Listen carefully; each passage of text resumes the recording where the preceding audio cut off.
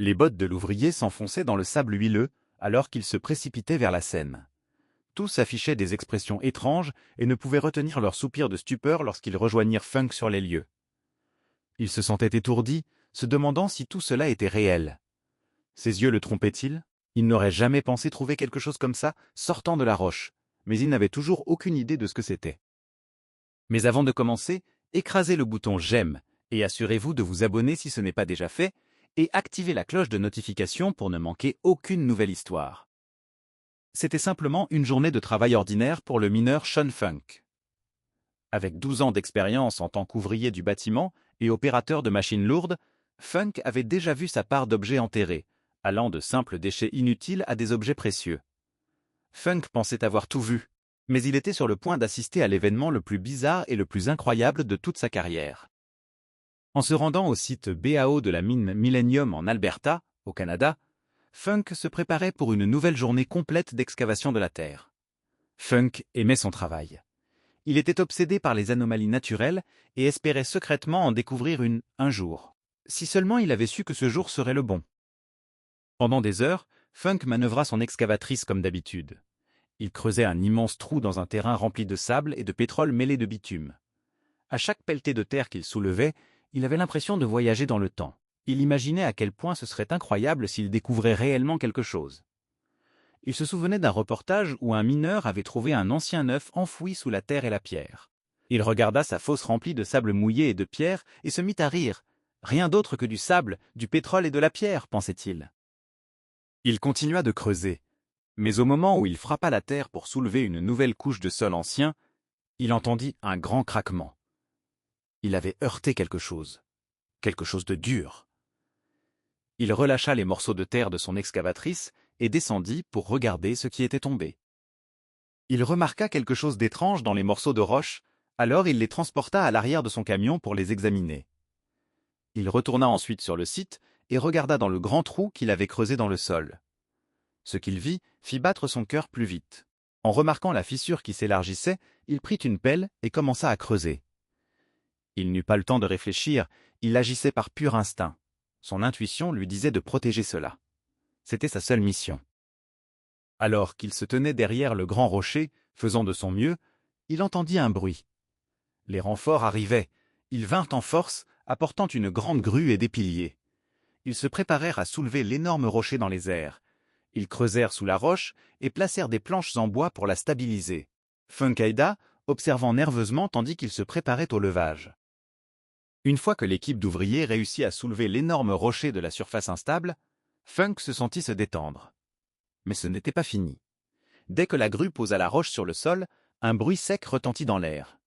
Le rocher se fendit en deux, révélant exactement ce que Funk pensait avoir aperçu. Une équipe du musée royal Tyrrell de paléontologie se précipita sur les lieux. Funk regarda leurs yeux s'écarquiller de choc et d'émerveillement en comprenant pourquoi ils avaient été appelés. Funk expliqua tout, et ils passèrent des heures à fouiller soigneusement les fragments de roches brisées, reconstituant quelque chose qu'il fallait voir pour le croire. Qu'était-ce donc? Incroyablement, Funk avait découvert un véritable dinosaure fossilisé, pétrifié du museau jusqu'aux hanches. Cela signifiait qu'il était miraculeusement bien conservé depuis sa mort il y a 112 millions d'années. Non seulement il possédait encore ses dents et ses os, mais aussi sa peau et des restes de ses intestins. Un phénomène aussi rare que gagné à la loterie. Les scientifiques pensent que ce malheureux dinosaure est mort puis a été emporté dans une rivière par une grande inondation. Les gaz présents dans son corps ont maintenu la carcasse à flot, la transportant ventre en l'air loin en mer. Après environ une semaine, la carcasse a éclaté et a coulé au fond de l'océan. Les minéraux ont pénétré dans la peau et l'armure, soutenant sa forme pendant que des tonnes de roches s'accumulaient au-dessus de lui. Des chercheurs du musée et du monde entier ont travaillé sans relâche pendant 6 ans pour tester, préserver et préparer les restes de ce dinosaure, tout en reconstituant son incroyable histoire. Les scientifiques ont conclu que ce dinosaure était un herbivore à 4 pattes couvert d'une peau blindée et d'épines, avec une longue queue. Il s'agissait d'une toute nouvelle espèce appelée nodosaure. Dans son état pétrifié, le nodosaure pesait environ 2500 livres, ce qui donne aux scientifiques une idée raisonnable de son poids lorsqu'il était vivant. Ils estiment qu'il pesait environ 3000 livres. Cela signifie que le nodosaure était probablement une créature plutôt solitaire lorsqu'il parcourait la Terre il y a 100 millions d'années. Le miracle des restes, parfaitement préservés du nodosaure, continue de déconcerter les scientifiques, surtout après son long et difficile voyage jusqu'à son lieu de repos final. Le nodosaure est aujourd'hui exposé au musée royal Tyrrell, et les scientifiques continuent d'étudier ses restes pour en apprendre davantage sur l'ère préhistorique des dinosaures. Quant au mineur, Shin Funk, il peut dire qu'il a joué un rôle clé dans l'une des découvertes de dinosaures les plus importantes au monde. Cependant, ce n'était pas la première fois que quelqu'un tombait sur quelque chose d'ancien et de monumental. Quelqu'un fit une découverte dans son propre jardin qui rivalisait avec celle du nodosaure. Le son des sirènes de police déchira l'air, tandis que des centaines de personnes se rassemblaient autour de la rive d'une rivière dans le jardin d'un fermier.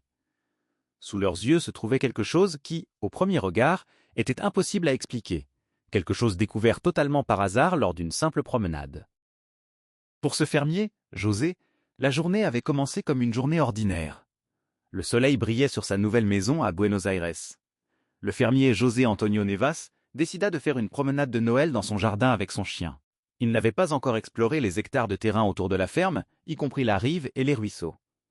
Il ouvrit donc la porte arrière et partit marcher. Il ne savait pas qu'il était sur le point d'entrer dans l'histoire.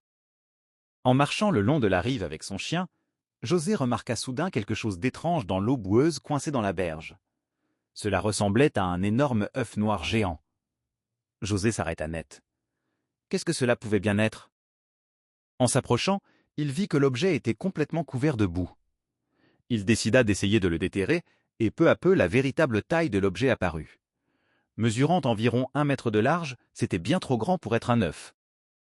Alors qu'était-ce?